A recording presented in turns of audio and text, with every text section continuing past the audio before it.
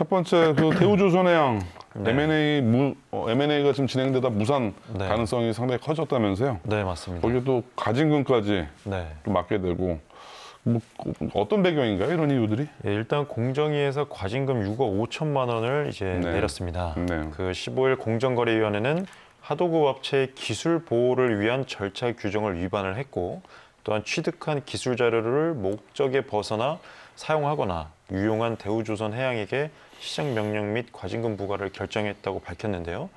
이날 대우조선해양은 전일 대비 150원 하락한 23,550원에 마감을 했습니다. 네, 쉽게 말씀드리면 하도급 업체, 네. 벤더 회사들, 중소 하도급 업체들에게 기술 도면을 네. 빼서 유용을 한 거죠. 네.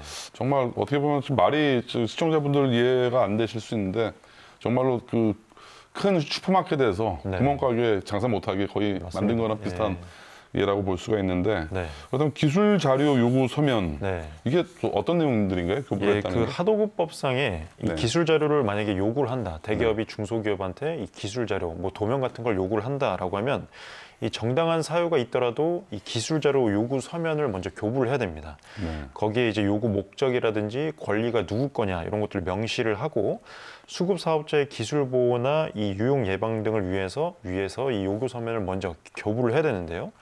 이 공정에 따르면 대우조선해양은 2016년 1월부터 2018년 12월까지 이 조선기자재를 납품하는 총 91개 수급 사업자에게 총 617건의 기술 자료를 요구하면서 이 서면을 교부하지 않았습니다. 네. 또 요구 서면을 교부하지 않은 건은 35개 수급 사업자 365건, 그다음에 기술 자료를 수령한 이후 요구 서면을 교부한 건은 57개 수급 사업자의 252건입니다. 네.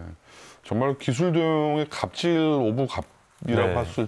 할 정도로 상당히 많은 네. 그 하청업체들의 기술을 빼온 거나 마찬가지네요. 네, 맞습니다. 뭐 제작 도면까지도 이용을 했다면서요? 네, 맞습니다. 이 대우조선해양은 이 고객인 선주의 특정 납품업체 지정 요구에 부응하기 위해서 2018년 5월부터 2019년 4월까지 세 차례에 걸쳐서 이 기존 선박용 조명기구를 납품하고 있던 수급 사업자의 제작 도면을 유용을 했는데요. 2019년 4월에는 두 차례에 걸쳐서 새로운 수급 사업자가 기존 수급 사업자와 동일한 제품을 공급할 수 있도록 이 기존 수급 사업자의 제작 도면을 이 새로운 수급 사업자한테 제공을 한 혐의를 받고 있습니다. 그렇다면 그 회사 측 입장은 뭐 어떤 입장인가요? 대우조선해양. 대우조선해양 측은 이 선주가 결국은 요구했고 이 선주가 아무래도 고객이다 보니까 네. 이 고객의 요구에 대응하다 보니까 어쩔 수 없이 발생했던 실수였다라고 인정을 했습니다. 어쨌든 공정위에서 가징금을 내렸다는 것은 뭐 대우조선해양의 과실에 있다라고 얘기를 하는 거잖아요. 맞습니다. 이 공정위는 선주의 요청이 아무리 있다고 하더라도 네.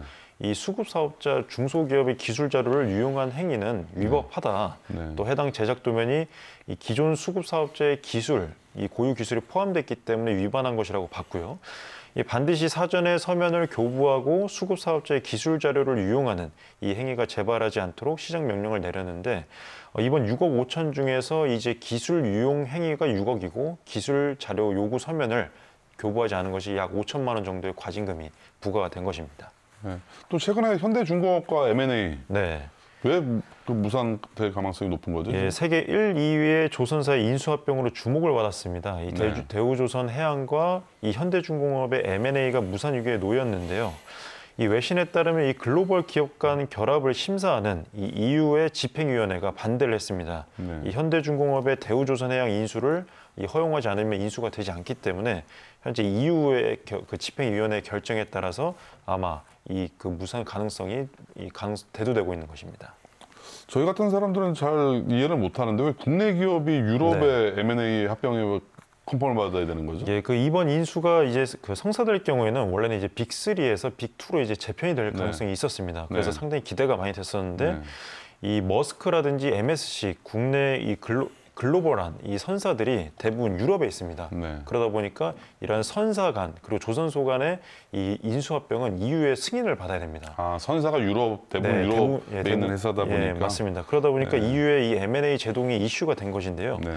이 로이터 통신은 이번 인수가 성사될 경우에 글로벌 조선 시장이 이 빅3에서 빅2로 재편되면서 과점 시장이 형성되는 것이 아니냐라고 하면서 EU에서 이 제동을 걸었다고 합니다. 일종의 독과점에 대한 규제를 이제 하는 맞습니다. 거네요. 어떻게 보면 이제 선사는 이 조선소의 고객인데 네. 선사가 대부분 유럽에 있다 보니까 네. 결국에는 이 과점 시장에서 피해를 볼 것이 아니냐라는 네. 이슈 때문에 아마 반대할 가능성이 높다고 지금 보고 있습니다. 그럼 국내 자본시장에서는 대부분 전문가들 의견은 어떤가요? 예, 현재 그 김현 메리츠증권 연구원은 이후의 결합 심사가 네. 이 승인이 지연될수록 재무구조 악화가 우려되는 부분이 있다고 밝혔습니다. 네. 이 대우조선해양의 재무 상황은 현재 지금 되게 불확실성이 커지고 있는데요. 수주 절벽으로 연간 그 영업이익이 1조 원을 넘어서며 어렵게 위기를 극복을 했지만 그 과정에서 산업은행과 수출입은행으로부터 7조 원 이상의 공적 자금을 수혈해서 가능한 것이었기 때문에 앞으로도 만약에 인수가 되지 않는다면 이 재무 상황이 좀 더 악화될 가능성이 있다고 밝혔습니다.